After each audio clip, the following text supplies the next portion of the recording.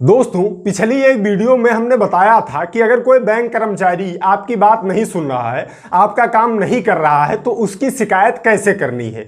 लेकिन उसके बाद में उस वीडियो के नीचे बहुत सारे कमेंट्स ऐसे आए जिसमें कि ये पूछा गया कि कर्मचारी का तो ठीक है, वो चल गया, कर्मचारी सुधर जाएगा, लेकिन पूरी ब्रांच ही सही काम नहीं कर रही है, पूरे ब्रांच में ही मेरी सुनवाई नहीं हो रही है, ब्रांच मैनेजर ही मेरी बातों को नहीं सुन रहा है, तो पूरे ब्रांच की शिकायत कैसे की जा सकती है या किसी बैंक की शिकायत कैसे और कहां की जा सकती है। तो दोस्तों, आइए आज के इस वीडियो में समझते हैं कि आखिर किसी ब्रांच की, पूरे ब्रांच की या बैंक की शिकायत कैसे और कहां करनी है और किस प्रकार से प्रभावी कार्रवाई करा सकते हैं।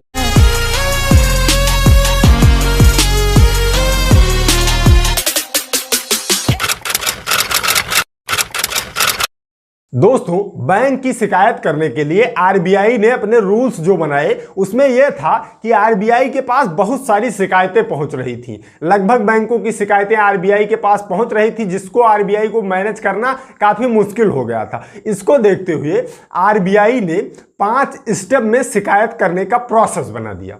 अब वो प्रोसेस क्या है, स्टेप क्या है, आप समझिए। मैं बता रहा हूं, बैंक मैनेजर भी आपसे माफी मांगेगा आकर, पूरे शाखा की शिकायत आप कर सकते हैं। 100% इस वीडियो में आपको क्लियर हो जाएगा।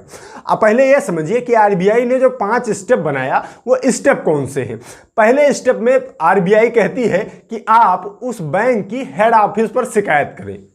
अब दोस्तों, पहली स्टेप में आपको शिकायत कैसे करनी है यह समझिए। सारी स्टेप को फॉलो करते हुए आपको आना है किसी ना किसी स्टेप पर, और हमें तो लगता है पहले, दूसरे, तीसरे स्टेप पर ही बैंक मैनेजर आपसे माफी मांगकर आपका काम कर देगा कि अब शिकायत करना बंद कर दीजिए, क्योंकि वह एक कर्मचारी ही है, और पूरा ब्रांच ठीक हो जाएगा। दोस्तों, पहला स्टेप जो आरबीआई कहती है कि उसी बैंक की जो हेड शाखा है उस पर आप शिकायत करें। तो अगर किसी ब्रांच का मैनेजर काम नहीं कर रहा है, पूरा ब्रांच आपके मुताबिक काम नहीं कर रहा है, आपका काम नहीं हो रहा है, तो उसके लिए आप जिस भी बैंक का वो ब्रांच है उस बैंक की ऑफिशियल वेबसाइट पर जाइए।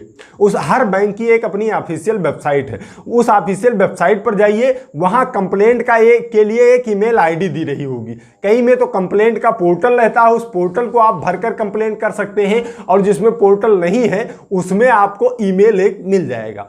उस ईमेल पर अपनी पूरी समस्या लिखिए और उसके बाद में सारी चीजें बताइए कि ये यहाँ गड़बड़ी है, उस मेल को सेंड कर दीजिए। उस मेल पर त्वरित कार्रवाई होती है। दोस्तों, उस मेल का रिप्लाई आपके पास आ जाएगा कि आपकी सुनवाई हो रही है, आपकी सुनवाई होने वाली है, और साथ ही ब्रांच मैनेजर को भी वो मेल पहुंच जाएगा कि आपकी ये शिकायत है। उसके लिए आपको एक रेफरेंस नंबर दे दिया जाएगा कि आपकी शिकायत का रेफरेंस नंबर ये है, इसके बाद में आप कार्रवाई होगी। जब आपको रेफरेंस नंबर मिल जाए उसके बाद आप रुक जाइए। अगर देख लीजिए, हफ्ते भर 10 दिन देख लीजिए, अगर लगभग केसों में हो जाता है, क्योंकि वहाँ ऊपर से जैसे ईमेल आता है बैंक मैनेजर हड़बड़ा जाता है, आपके काम कर देता है या सुधार कर लेता है अपने कार्यशैली में। अगर वहां से भी काम नहीं हो रहा, मान लिया वहां पर शिकायत नहीं हो पाई, तो दूसरा स्टेप जो है वह यह होता है प्रिंसिपल नोडल ऑफिसर का। आरबीआई ही कहती है कि अगर वो बैंक का हेड ऑफिस आपकी सुनवाई नहीं कर रहा है तो आप प्रिंसिपल नोडल ऑफिसर से कांटेक्ट कर सकते हैं। प्रिंसिपल नोडल ऑफिसर का कांटेक्ट कहां मिलेगा, वो भी वेबसाइट पर आसानी से ही मिल जाएगा। आरबीआई की वेबसाइट पर आपको प्रिंसिपल नोडल ऑफिसर का कांटेक्ट डिटेल हर सिटी का अलग अलग मिल जाएगा, या गूगल पर आप डाल देंगे कि फला बैंक का प्रिंसिपल नोडल ऑफिसर कौन है तो आपको आसानी से मिल जाएगा। अब अगर वहां की जो आपने कंप्लेंट रेज की थी उसका रेफरेंस नंबर अपने पास रखिए। उस रेफरेंस नंबर को देते हुए इनके फोन पर या आप प्रिंसिपल नोडल ऑफिसर के ईमेल पर अपनी पूरी शिकायत लिखकर भेजिए।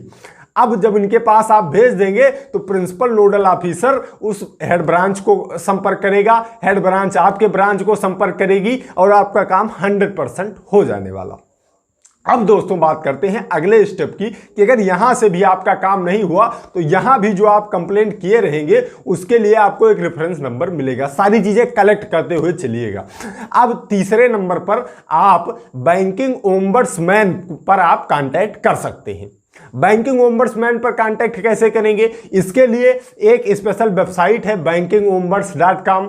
इस पर जाकर आप अपने एरिया के जो भी ओम्बड्समैन होंगे उनके आप कांटेक्ट डिटेल निकाल सकते हैं। वहां उस वेबसाइट पर कंप्लेन करने का ऑप्शन भी है, वहां भी कंप्लेन कर सकते हैं और वहां स्टेप बाय स्टेप इन चीज़ों को लिखिएगा जिससे कि ज़्यादा प्रभावी कार्रवाई हो सके। कि हमने बैंक के हेड ऑफिस पर भी मेल किया है, वहां भी शिकायत की, हमने प्रिंसिपल नोडल ऑफिसर से भी शिकायत की, लेकिन मेरी शिकायत नहीं सुनी गई है। इन सारी चीज़ों का जिक्र करके जब आप ओम्बड्समैन पर शिकायत करेंगे तो 100% आपके शिकायत पर सुनवाई होगी और वहीं आपका काम हो जाता है। दोस्तों अगला स्टेप होता है, अगर वहां भी सुनवाई नहीं होती है तो आप एपोलेट अथॉरिटी में अपनी कंप्लेंट रेज करते हैं, जिसका कि कैसे यहां कंप्लेंट होंगी एपोलेट अथॉरिटी में। इसके लिए आप गूगल करेंगे एपोलेट अथॉरिटी बैंक में कंप्लेंट कैसे करें, आपको सारी डिटेल मिल जाएगी, बशर्ते आपको इस स्टेप पर पहुंचना ही नहीं होता है दोस्तों। और इसके बाद में अगला स्टेप होता है कि आप आरबीआई में डायरेक्ट कंप्लेंट करें। दोस्तों आपको इन चौथे पांचवें स्टेप पर पहुंचना ही नहीं पड़ेगा, ये मेरी गारंटी है। आप एक बार जैसे ही या तो बैंक वाला ही एक्शन ले लेगा अपने ब्रांच पर, या बैंक वाला नहीं लेगा तो प्रिंसिपल नोडल ऑफिसर ले लेगा, या बैंकिंग ओम्बड्समैन से आपके उस मैनेजर के खिलाफ एक्शन हो जाएगा और आपका 100% काम हो जाने वाला है। तो दोस्तों आज का उद्देश्य ये था कि आपको बताया जाए कि अगर पूरा बैंक जो शाखा है वही आपकी सुनवाई नहीं कर रही है तो उस पूरे ब्रांच की शिकायत कैसे और कहां की जा सकती है। इससे पहले मैंने एक वीडियो बनाया था जिसमें बताया था कि बैंक कर्मचारी की शिकायत कैसे की जा सकती है, उसका लिंक नीचे डिस्क्रिप्शन में दिया हुआ है, आप उस वीडियो को भी देख सकते हैं अगर किसी बैंक कर्मचारी से आप परेशान हैं। तो दोस्तों उम्मीद करता हूं वीडियो आप सभी के लिए हेल्पफुल रहा होगा। आज की इस वीडियो में इतना ही, मिलते हैं अगली प्रॉब्लम सॉल्विंग वीडियो में। तब तक आप सभी लोग अपने स्वास्थ्य का ख्याल रखिए, कानून की जानकारी, अपने अधिकारों की जानकारी इस चैनल के माध्यम से लेते रहिए, मामलों से बच के रहिए। I love you all. जय हिंद, जय भारत।